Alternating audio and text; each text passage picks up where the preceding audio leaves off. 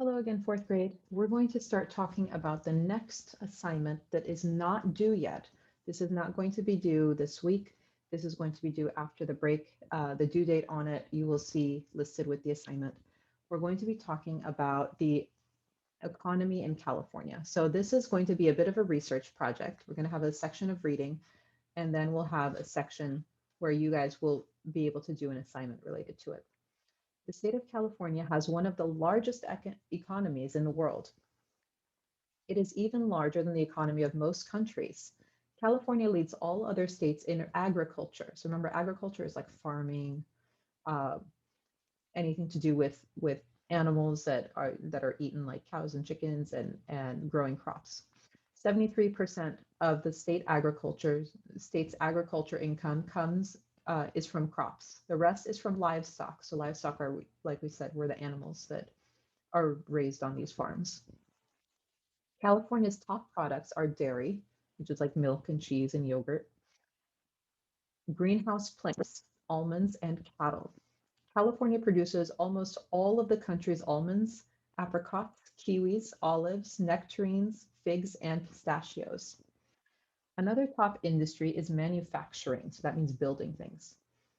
California ranks first in the country in manufacturing. California's top products in manufacturing include electronic and military equipment and computer machinery. Silicon Valley, located in San Francisco, is home to many high-tech companies such as Apple, Google, and Facebook. Aerospace technology is yet another huge industry in California. Aerospace is the industry that takes shuttles into space. 3 NASA research centers are located in California. Silicon Valley, a hub for innovative technology, is home to one of them.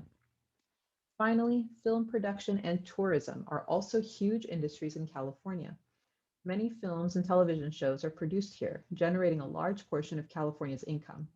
Tourists travel from all over the world to visit large cities like San Francisco and Hollywood.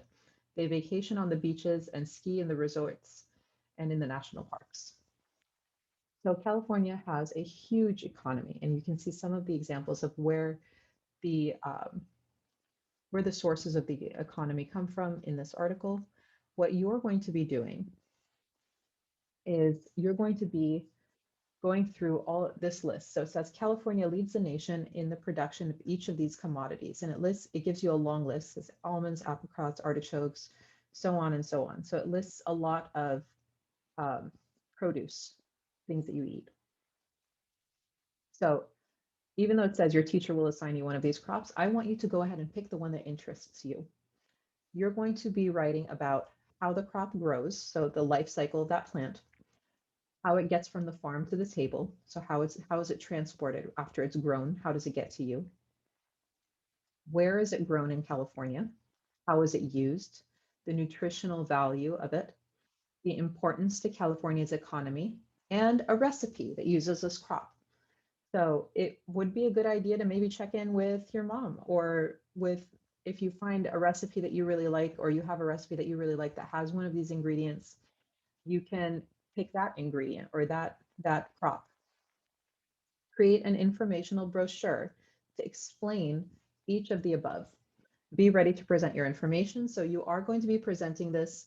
You're going to record yourself making a video of this. Now, if you don't want to make it into a brochure and you want to make it into a poster instead, that's perfectly okay. And unfortunately, I know we can't right now, but generally when we do this assignment, we'd have you bring a sample of your recipe to class. So that would always be fun. So the way you're going to be graded, the information you report is 2 points per category. So 2 points for each one of these points above. An illustration for each category. So you need to have a picture or a drawing for each one. That's 7 points. Headings for each category. So a title, something that's bold and easy to see. That's 1 point. An inviting cover, or if you're doing it as a poster, have a colorful, organized, something that's nice to look at.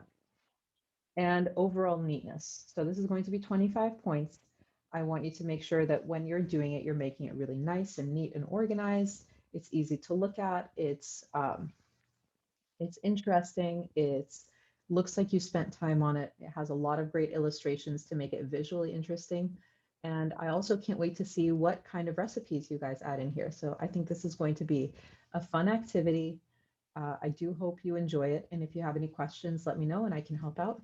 Otherwise, I hope you have an amazing day. Take care. Bye-bye.